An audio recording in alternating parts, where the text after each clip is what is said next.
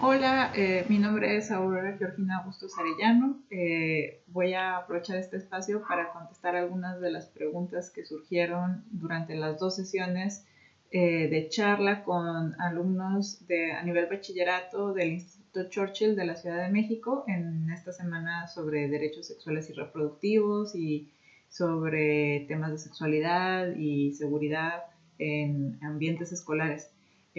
Voy a dirigir algunas preguntas, voy a contestar algunas preguntas que me dirigieron ya sea en la sesión del 28 de abril, que fue sobre derechos reproductivos y sexuales e interrupción legal del embarazo, y de la sesión del 29 de abril, donde se habló de avergonzamiento sexual o slut shaming y cultura de la violación o rape culture. Sobre la sesión del 28 de abril, hubo preguntas muy interesantes, las cuales son, primero, ¿qué pasaría si estuviéramos en una sociedad más abierta? Me imagino que estas preguntas con respecto al tema de la interrupción legal del embarazo o el acceso al aborto legal, gratuito y seguro. ¿Qué pasaría y cuál es la situación de México comparado a lo que sucede en otras sociedades o en otros países respecto al acceso o garantía de estos derechos sexuales y reproductivos, cómo la situación del aborto o el acceso al aborto se maneja cuando hay situaciones de asalto sexual y cómo es este proceso, cómo se da este proceso de interrupción del embarazo o aborto. Y bueno, en el caso de México comparado con otros países es una situación interesante porque en general en todos los países del mundo, en todas las legislaciones, hay una constante lucha todavía por reforzar y dar garantía constante al acceso de los derechos sexuales y reproductivos, particularmente de las mujeres, en torno a la decisión del control sobre sus propios cuerpos y la decisión, el respeto a la decisión de cuándo, cómo y bajo qué circunstancias ejercer o no la maternidad. No hay hay pocos países en el mundo donde no se pide una condiciones especiales para la interrupción legal del embarazo. Sin embargo, casi todos los países tienen restricciones con respecto al tiempo en el que se debe de ejercer el periodo de gestación en el límite para poder ejercer este derecho o tomar esta decisión, por ejemplo. Y en muchos países, más bien lo que encontramos es que hay restricciones de distintos tipos que pueden ser no solamente desde el tiempo de gestación, sino también del estatus jurídico de la mujer con respecto a si se encuentra o no más vulnerable para tomar esta decisión, lo cual puede ser un atenuante para acceder a este derecho. O incluso hay países donde se encuentran condiciones en las cuales se requiere el permiso de una figura tutoral, como puede ser los padres o tutores legales, o en algunos casos el esposo. Entonces, no es una cuestión de una sociedad mucho más abierta o de mente más abierta con respecto a esta situación, sino más bien lo que constantemente se está luchando es, por el reconocimiento de sociedades que respeten el acceso la ciudadanía de las mujeres, su ciudadanía política, su libre acceso a derechos de reproducción y sexualidad, del ejercicio pleno de la misma, pero al mismo tiempo que respeten, sociedades que respeten las decisiones en torno al propio cuerpo de las mujeres. Entonces, eso realmente en general es una condición que no se ha alcanzado y por lo tanto es una situación que pone en vulnerabilidad a más del 50% de la población en todo el mundo. Por ejemplo, en Estados Unidos, nada más como hacer esta comparación, si bien en Estados Unidos está aprobado la interrupción legal del embarazo a nivel federal hasta la semana número 12 de gestación, a nivel estatal, muchísimas clínicas que proporcionan este servicio y otros servicios de salud sexual y reproductiva para la población se enfrentan constantemente a intentos por parte de las legislaciones estatales de corte, ahí sí más conservador, de limitar el ejercicio de estas prácticas, poniendo desde requerimientos físicos hasta incluso requerimientos legales o políticos. Y en el caso de México lo que tenemos es una legislación federal que sí garantiza el acceso a esta interrupción solamente en ciertos casos a nivel nacional, como es en el caso de un embarazo no deseado en virtud de un asalto sexual, pero en cada legislación estatal tenemos otras constricciones que son como constituciones que defienden el derecho a la vida desde el momento de la concepción y que impiden y que hacen inconstitucional el ejercicio de esta práctica. Entonces tenemos varios instrumentos jurídicos que hacen que complican el ejercicio y el acceso y la garantía de este derecho. Bueno, y esto se conecta un poco con la pregunta de cómo se maneja, me imagino que en el caso de México, una interrupción del embarazo cuando hay casos de asalto sexual, y esto ya lo mencionamos en las clases, en la plática particularmente, que es a través de la norma 046 de la Ley General de Salud, que específicamente habla sobre el contexto de la ILE en situaciones de violencia contra mujeres, adolescentes y niñas, en la cual, vuelvo a repetir, la ILE es más bien de acceso gratuito, seguro e inmediato, porque esto se considera una urgencia médica, en caso de que una mujer, adolescente o niña pues vaya soliciten una interrupción legal del embarazo, o no solamente, sino anticoncepción de emergencia, que es la llamada pastilla del día siguiente, la cual se debe de consumir inmediatamente después de que hubo un asalto sexual con posibilidad de un embarazo no deseado, entre las primeras horas del ataque hasta las 72 horas. Y si no, se tiene que solicitar, una vez que ya se haya comprobado que hay un embarazo no deseado, se debe solicitar una ILE a los hospitales generales de salud o de zona o a una institución de salud privada, y todas estas instituciones, independientemente si son públicas o privadas, están obligadas por el Estado a otorgar este servicio. Y una cosa muy importante, y vale siempre mucho recalcar, porque muchas veces las merecedoras o derechohabientes de este servicio desconocen esto y puede haber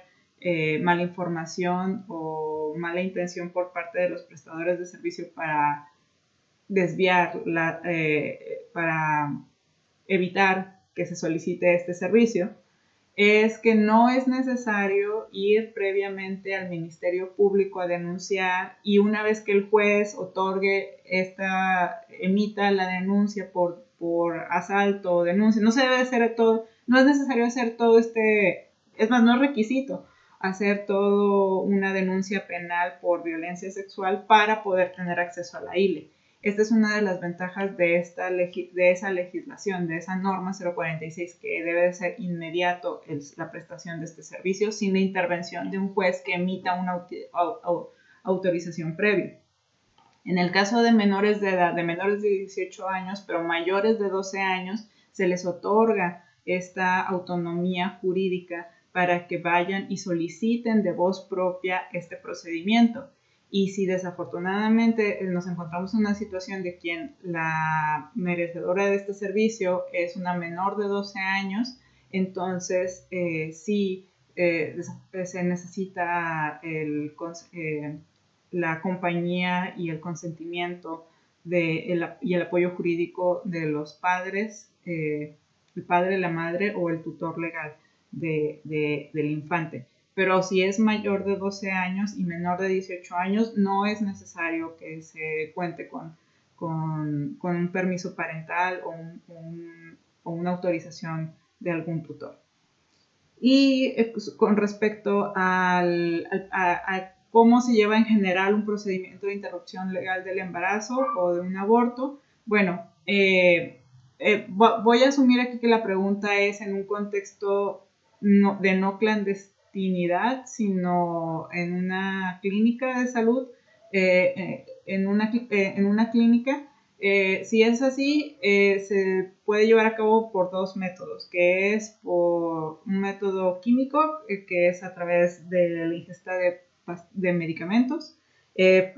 o puede ser por aspiración, que es un procedimiento mecánico, pero eso depende previa evaluación médica y esto es indispensable para que evalúe en qué momento de la gestación se encuentra la persona, cuál es el método más conveniente, cuáles son las restricciones de salud que puede presentar esa persona o cuáles son las preferencias también sobre cómo llevar a cabo este procedimiento para que se sienta segura, respetada, tranquila, en un ambiente de serenidad, que esto es lo más conveniente, dado que es una decisión relevante para su vida y su condición de salud, ¿no? Entonces debe ser en los términos más posibles, mejores posibles, perdón.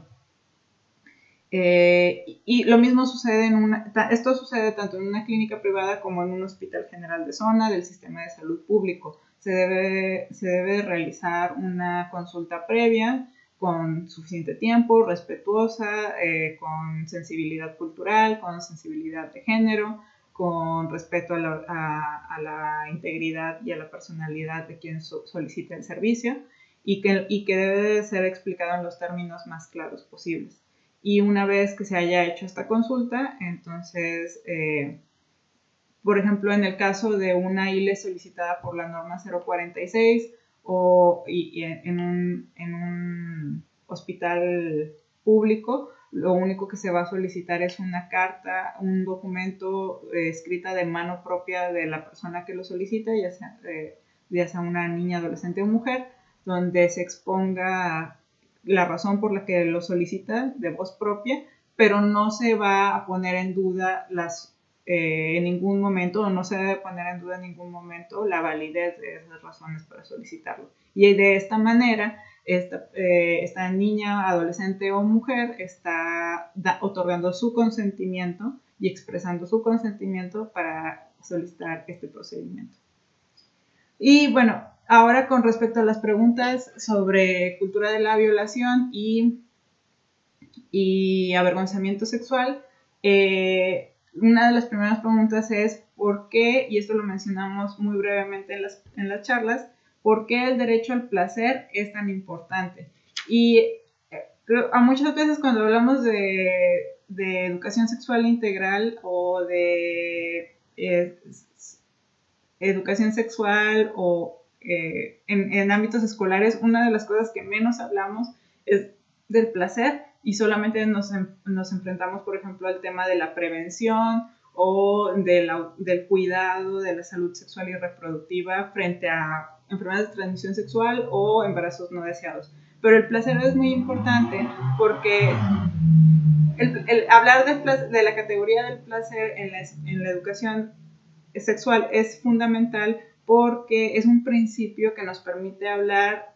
porque para empezar las interacciones sexoafectivas, tanto en nuestro propio cuerpo como los demás, tienen que estar basadas en el principio del placer. Y no significa esto con placer en un término hedonista, sino de que siempre ese placer tiene que ser un placer seguro para nosotros y para los demás. Y cuando nos cuestionamos eso, de que somos merecedores de ese placer, también estamos hablando de que somos merecedores de derechos, de garantías, de que nuestra voz y nuestro consentimiento sea escuchado y de que tenemos derecho en cuanto a estas relaciones, estas interacciones de diferente tipo dejen de ser placenteras, saber que tenemos derecho a decir que no en cualquier momento, que debemos de contar con la seguridad y la libertad y el espacio seguro para detenerlas si no nos sentimos cómodos bajo esas circunstancias. Entonces, por eso es fundamental, porque cuando dejamos de hablar, cuando omitimos el término del placer, le estamos dando pie a poder dar permiso o lugar u omitir nuestro derecho a evitar ciertas violencias. Y entonces el acceso y el derecho al placer lo que nos permite discutir no es necesariamente qué es lo que más nos gusta o que somos como unos, o que solo lo que a nosotros nos interesa es lo válido, sino que podemos hablar de los otros, de relaciones de poder, de acceso a la justicia, podemos hablar sobre estructuras de bienestar en nuestras comunidades. Entonces, en realidad, el término placer no es un término hedonista, sino es un término democrático. Es algo a lo que todos, independientemente de nuestra clase, de nuestra identidad, de nuestra capacidad física, de nuestras creencias personales, tenemos absoluto derecho. Y bueno, otra de las preguntas a propósito de esto era sobre cómo crear conciencia sobre el tema del avergonzamiento sexual en nuestra comunidad, ya sea escolar o en nuestras casas. Y bueno, yo en este sentido, yo más que no soy como muy partidaria de la idea de crear conciencia porque nos desliga un poco de la situación. Una de las cosas que yo mencionaba en las charlas es que todos somos parte de la cultura de la violación y de las prácticas de avergonzamiento sexual. De alguna manera u otra hemos participado de ellas, hemos alimentado esa cultura de la violación bajo diferentes mecanismos. No quiere decir que explícitamente hayamos sido violentos con alguien, pero hemos participado en esas dinámicas, consciente o inconscientemente. Y entonces yo creo que el primer paso, no para crear conciencia, sino para tratar de desmantelarla, que eso es más hacia lo que yo estaría proponiendo, es reconocer que somos parte de ella, ¿no? Que hemos participado en ella y que una vez que nos identificamos dentro de esa estructura, vamos a intentar desmantelarla. Y podemos hacerlo desde diferentes lugares de posicionamiento. En mi caso, como adulto, como profesor, como una persona que tiene cierta influencia o que ha trabajado que trabaja constantemente con jóvenes y adolescentes, creo que nuestra responsabilidad va por lo menos en 3 o 4 aspectos que mencionaré muy rápidamente. Uno es empoderar a los estudiantes, darles espacios, otorgarles espacios seguros a los estudiantes para que ellos hablen de sus experiencias, sobre cómo ellos viven o creen sus propias narrativas sobre cómo ellos viven o experimentan la cultura de la violación y el avergonzamiento sexual. Y esto es fundamental porque si no creamos estos espacios, seguros donde los alumnos puedan hablarnos de sus propias experiencias, entonces nosotros no podremos entender cómo podemos ser sus aliados, cómo podemos ayudarlos. Siempre partir de esta idea en la cual nosotros desconocemos cómo ellos los viven por cuestiones creo que muy obvias, como por ejemplo los gaps generacionales, el uso que ellos hacen y que nosotros hacemos también de redes sociales, de medios de comunicación, de interacciones. Creo que hay que partir de esta idea de que estamos aprendiendo tanto unos de los otros y que en nuestro papel como profesores, como guías o como educadores no es el de evangelizar en el sentido más literal de la palabra a los alumnos sobre qué es lo que deben de hacer y qué es lo que no deben de hacer, sino darles el espacio para que primero compartan con nosotros, si es que ellos lo desean, sus experiencias, y entonces nosotros ofrecerles nuestro conocimiento o nuestras herramientas, también si ellos desean aceptarlas, para empezar a desmantelar parte por parte toda esta estructura y toda esta cultura. Y en ese sentido, creo que una de las cosas muy relevantes para poder empezar a desmantelarlo también nosotros como educadores es enseñar o incluir de manera sin tabú, sin morbo, contenidos sobre cuáles son los espectros de la violencia basada en el género, sobre temas de feminismo, sobre temas de activismo, donde les proporcionemos o les mostremos a los alumnos que ellos tienen voz, que tienen derecho a la participación política, que tienen derecho a la organización, al diálogo entre ellos y que pueden proponer cosas, que no es necesario que se esperen hasta que tengan 18 años o estudien, si es el caso de algunos, alguna carrera universitaria o adquieran o lleguen a algún puesto de poder, sino que tienen constantemente voz y voto. Permitir que en ese sentido, un poco con el punto primero, quienes se sienten identificados como víctimas o sobrevivientes de alguna forma de avergonzamiento sexual o algún efecto de la cultura de la violación, hablen en sus propios términos. Esto es fundamental. Tratar de nosotros como profesores y educadores adoptar más bien una actitud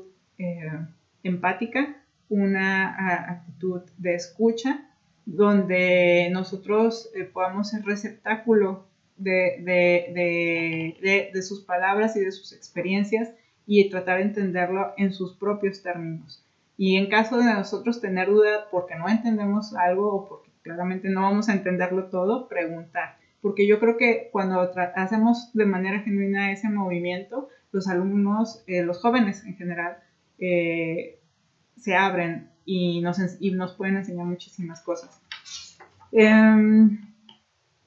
Y cuando se hace eso, una de las cosas que sucede muy bonitas en este cambio de la cultura, en este cambio cultural de la violencia, del avergonzamiento sexual a una cultura del cuidado, es que podemos hablar de manera más libre y podemos hablar de una forma mucho más horizontal sobre cómo entendemos la identidad, cómo entendemos la constitución de las familias, cómo entendemos nuestra relación con las redes sociales, con la escuela, con los amigos, y creo que eso es algo muy, muy positivo. Y por parte de los alumnos, si yo como alumna que me hubiera gustado saber o que me hubiera gustado aprender a la edad que tienen ustedes sobre cómo evitar esta cultura de la violación, cómo identificarla, cómo erradicarla de mis relaciones sociales con otras personas, con mis amigos sobre todo y con mi comunidad más cercana. Pues en ese sentido, los 4 o 3 puntos que tengo para decir es, 1, simplemente dejar de tildar de puta. Eso es lo primero, dejar de utilizar todas estas palabras que hieren, que avergüenzan sexualmente no solamente a las niñas y a las mujeres, sino también a los hombres. Y cuando lo hacemos conscientemente y decimos, voy a dejar de utilizar la palabra puta, realizamos un cambio muy real porque las palabras y el lenguaje tienen un impacto e importan. Y una vez que lo hacemos, también somos más conscientes del uso de esa palabra y en qué contextos es. Y el siguiente paso sería señalar a quienes lo están haciendo. Y señalarlo no como forma de burla o señalarlos así como tú eres el culpable, sino señalarlo y preguntarles genuinamente, oye, ¿por qué utilizas esos términos? ¿Por qué llamas de puta a esta persona? ¿O por qué seguir insistiendo en utilizar este lenguaje que hiere o que parece que está lastimando a alguien de manera completamente innecesaria e irrespetuosa? Y cuando hacemos ese señalamiento desde un lugar genuino de ignorancia, estamos moviendo el engranaje de ese cambio.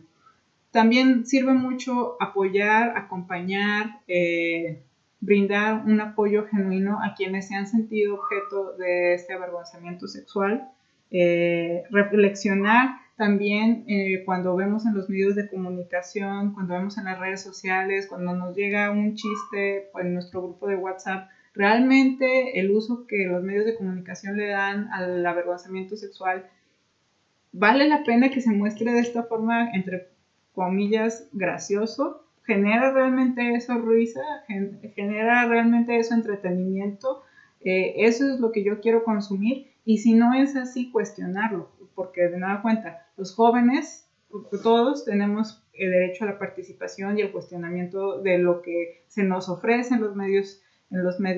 de comunicación o en las redes sociales. Y una vez así estaremos comenzando un diálogo con nuestros pares, con nuestra comunidad. Nuestra comunidad no tiene que ser todo el municipio, toda la colonia, todo el vecindario, sino nuestra comunidad puede ser nuestros amigos, puede ser nuestra pareja, puede ser nuestra familia, pueden ser nuestros hermanos. Y entonces abrir la comunicación sobre este tema de por qué nos utilizamos estas palabras, por qué nos comprometemos con estas actitudes que lastiman a otras y también nos lastiman a nosotros mismos. Y la última pregunta sobre este tema es, bueno, son dos, yo las voy a relacionar porque creo que hay una confusión entre qué significa el consentimiento desde el punto de vista legal y qué es la emancipación, sobre todo cómo se puede ejercer la emancipación. El consentimiento es algo que no es, desde el punto de vista del desarrollo humano, todos tenemos derecho en cualquier punto de nuestra vida a otorgar consentimiento para ciertas acciones. Damos el consentimiento cuando firmamos un documento, damos el consentimiento cuando estamos en una interacción con otra persona, damos consentimiento cuando alguien nos dice, ¿te gustaría tomar un café? Y dices, sí, por favor, muchas gracias. Entonces estás dando tu consentimiento de recibirlo, estás aceptando un ofrecimiento informado. Ahora, en el contexto de lo sexual y desde el punto de vista legal, el consentimiento, si bien creo que es algo que ya lo han trabajado y que lo han mencionado en otras ocasiones, hay ciertas condiciones que se consideran que son necesarias y suficientes para que ese consentimiento sea válido y pleno, que es que sea libre, que sea informado, que sea específico, que sea horizontal, es decir, donde la diferencia de edad o la diferencia estén en condiciones de igual desarrollo las personas que se están solicitando una a la otra ese consentimiento, que sea libre, que sea libre de coacción. Hay varios términos, condiciones necesarias suficientes para que esto se dé. Pero desde el punto de vista legal, por lo menos en el Código Penal mexicano, la edad de consentimiento es a partir de los 18 años. Una vez que se llega a la mayoría, a lo que se llama la mayoría de edad legal, no solamente el consentimiento, se reconoce el consentimiento pleno de los individuos como un adulto, entre otras garantías, sino que también se reconoce que hay un momento de emancipación o mayoría de edad con respecto a ese individuo, con respecto a los padres o tutores legales o quienes tengan algún tipo de cautela con respecto a esta persona. Los procedimientos de emancipación no necesariamente son los procedimientos de la emancipación. En ese sentido, la emancipación y el consentimiento no son necesariamente lo mismo. La emancipación significa que un individuo deja de estar deja de estar bajo el resguardo legal y económico de ya sea unos tutores legales o unos padres o alguien que ejerza la patria potestad específicamente, o alguien que tenga su cautela o su cautela. En el caso de los niños y los adolescentes, esta patria potestad se obtiene a partir del momento en que se registra esa persona como hijo en un registro civil, y se termina esa patria potestad a partir de los 18 años. La emancipación era un término que se utilizaba durante ese periodo de la niñez, particularmente de la adolescencia hasta los 18 años, cuando en México había ciertas excepciones para contraer matrimonio de manera consensuada entre dos personas que son menores de 18 años, pero son mayores de 14 o 16 años. Sin embargo, hace aproximadamente creo que unos 7 años, en México ya no, la excepción de la emancipación por cuestión de matrimonio se derogó del Código Civil porque se prohibió el ejercicio del matrimonio entre adolescentes y niños antes de los 18 años. Es decir, ya no existe la condición de la emancipación por matrimonio, sino que solamente se puede otorgar emancipación a los mayores de 16 años y menores de 18 años cuando es necesario o cuando es solicitud del menor y de los padres que el menor pueda administrar bienes o recibir herencias antes de los 18 años. la condición de la emancipación es más bien una condición que se da cuando se solicita ante un juez por parte de los padres y del propio menor que quiere emanciparse para poder tener por sí mismo responsabilidad sobre sus bienes y su persona, en el caso de que este menor pueda tener acceso a bienes económicos. Y también esta idea de la emancipación es cuando se quiere hacer responsable al menor también de las consecuencias jurídicas de ciertos actos. Es decir, cuando una persona tiene la patria potestad de un menor de 18 años y esta persona menor de 18 años comete alguna infracción o puede ser objeto de de las consecuencias de una ley, quienes son responsables ante la ley de esta persona son quienes ejercen su patria potestad o su tutelaje. Y en esos casos la emancipación, perdón, y en esos casos la patria potestad funciona. Muchas veces se llega a confundir que la patria potestad es una forma de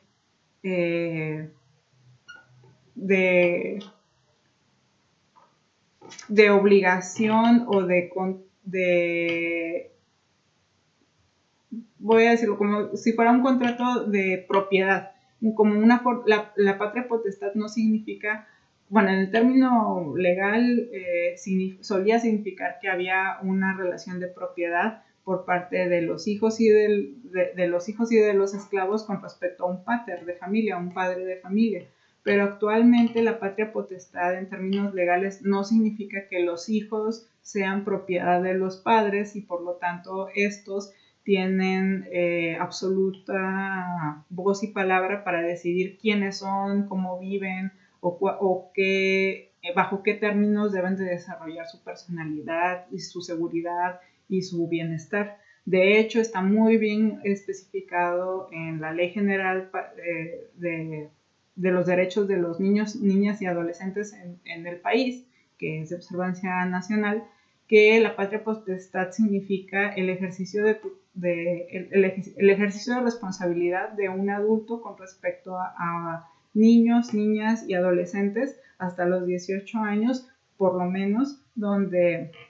hasta los 18 años, donde se tiene que prever el libre desarrollo del bienestar e incluso el desarrollo progresivo y evolutivo de la personalidad de ese infante o de ese adolescente, lo cual incluye el respeto a su identidad sexogenérica.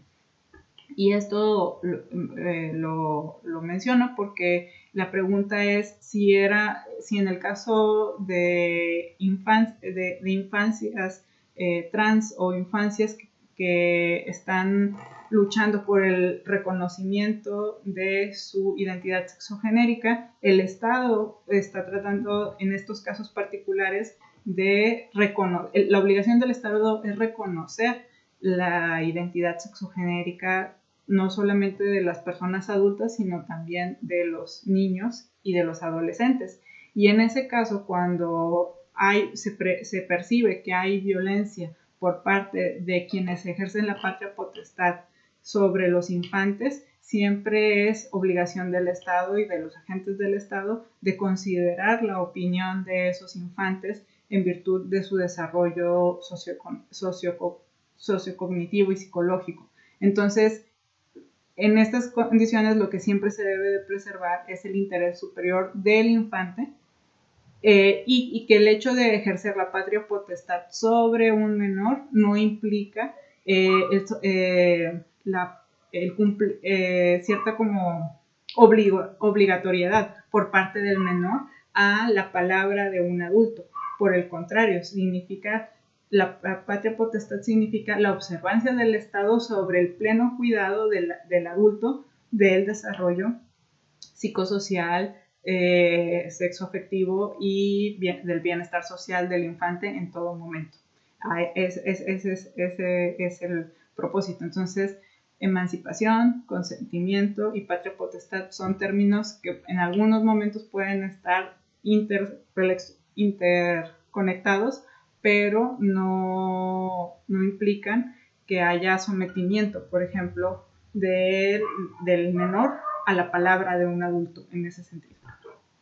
Y pues, bueno,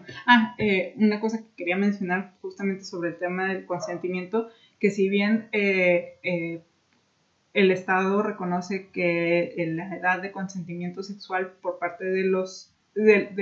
jóvenes es de los 18 años en adelante, sí hay también la observancia sobre ciertas instancias de agravio sexual a los menores. En este caso, en el Código Penal mexicano se reconoce que hay diferente gravedad de pena en los delitos que se cometen por parte de adultos, es decir, por parte de mayores de 18 años a menores de 15 años. Hay penas diferentes y también si es de un adulto a un menor de 18 años, pero mayor de 15 años. En ambos casos se reconoce que esto es un delito cuando se obtiene el consentimiento de estos menores de 18 años bajo condiciones de engaño, coacción o violencia. Y en todos estos casos el término que se utiliza para definir este delito es el de estupro. Y ahí se está haciendo una violación del consentimiento de los menores. Pero no quiere decir que antes de eso los menores no tengan consentimiento. Sí lo tienen, pero la ley reconoce que se puede obtener ese consentimiento bajo engaño, sobre todo si se ejerce por parte de alguien que es un adulto. O alguien que está en una condición de superioridad, que puede ser un docente, que puede ser un padre de familia, puede ser un familiar o puede ser una figura adulta en la vida de ese menor. Y bueno, espero que estas respuestas sean de ayuda. Para varios de los temas voy a incluir links en la descripción del video para que lo puedan consultar, ya sea sobre cómo funciona en clínicas públicas de la Ciudad de México el acceso a la ILE, y también sobre la colectiva Vulgar, que habla justamente sobre este enfoque de educación sexual integral con el principio del placer como un principio de justicia social. Y pues muchas gracias por el espacio y los saludo.